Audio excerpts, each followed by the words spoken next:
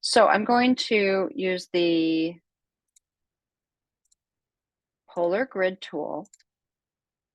Clicking once, I can choose the size I want to work in. So I'm going to say 3" by 3".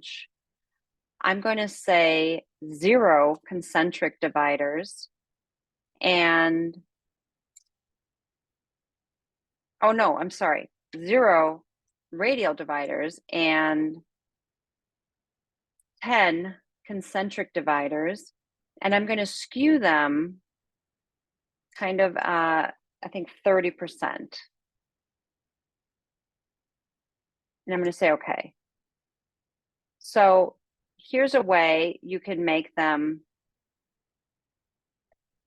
kind of change the direction they are. But I think I want them to go the other way, which is -30, because I want the biggest space in the inside. So let's try it again. So this time I'm going to say, instead of, oh, I had it negative. I'm sorry. I want it to be positive 30% and say, okay. And then now you can see I have that hole in the middle. It's actually doing it on the same one, and I didn't want to do that. I want to start a new one. I'll make this over here so you can see it. So there's this one. I'm going to do it again. So I'm going to use I want it to be 30%.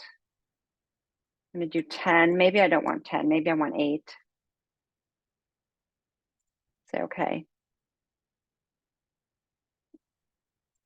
And there it is. So you see what I mean? You can make it anyway. And you can also make it exactly the same if you don't want them to have this kind of varying size. You can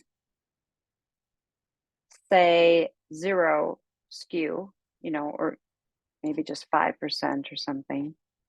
Say, okay. And then it can be real even if you want. You see what I mean? Yeah, I'll try that out. Yeah. So you can make it and you can change, of course, once you've built it, like right now, you can change the thickness of the stroke. So you can make the stroke real thin, right? So it can be real subtle. So I can create a circle, and I can just center it on here by holding my Option key down. I can draw a circle, and holding my Shift key down, I can draw a circle from the center to make it the exact same size. So I'm going to make it a black, and I'm going to go Object, Arrange, Send to Back. And then I can take my radial and I can make it like a dark gray. And if I want, depending on how much contrast you want these lines to have, right? So let's try one of these, which are, make it maybe like a mid-gray.